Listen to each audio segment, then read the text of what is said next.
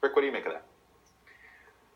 You know, if Hillary didn't have her email problem, and we didn't go back to 2009 and see whether it was Lindsey Graham or John McCain, make a bigger issue out of all the hacking that was going on. When Target gets hacked, I don't hear people saying, hey, was it Kohl's? Was it Walmart? It doesn't matter. There was a hack, you deal with it.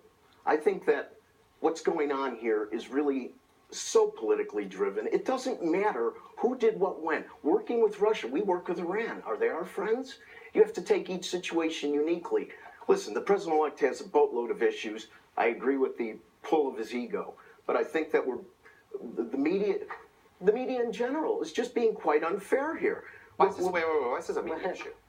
Why is it a media issue? This is the intelligence. Why do we focus? It's the intelligence community. Okay, it's the intelligence. Where was all of this when the DNC was hacked in June? See, this wasn't made an issue because it would have put the emails in Hillary's server right in the middle and thick of it. That's why this went under the radar screen. This is all tied together. Hillary's server we have to not conflate the Hillary emails. Why wasn't this investigated let me finish with the Russian interference in this election. I don't agree with Kellyanne Conway. I actually do think that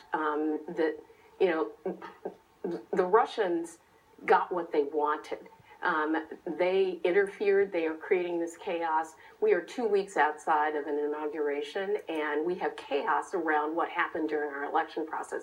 So I think that there was success, and I think the president-elect needs to not just move from, accepting that there was an attempt, but to really going after the Russians, because here it's the elections, the next time it's another election, maybe it's the Republicans, maybe it's our economic system, and we have to treat this seriously, and the president-elect needs to get out of campaign mode and get into government. Putin is a guy who murders journalists, who's destroyed the democratic process in his own country, and now suddenly he feels the freedom to try to do that in our country.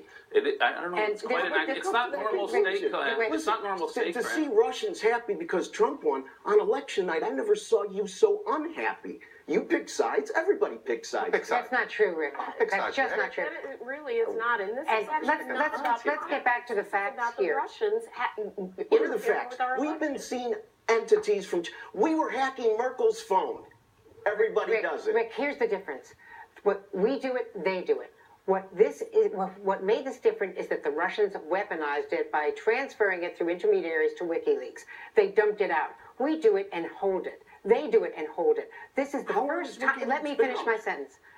WikiLeaks was out from the end of the summer, and it was being investigated. So what were these headlines then? Because there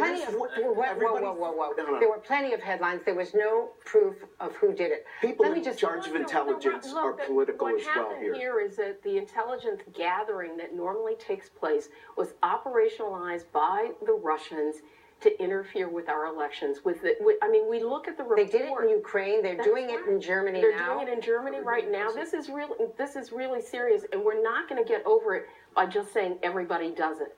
Right. We should be solving the problem instead of making it a political hot potato. Let me see the Cuban missiles on the island picture. Trump needs to see it. Well, I went to the hearing. Networks need to see it. I went to the hearing. All the hearings. You know what? There's hearings on everything. They're kabuki theater.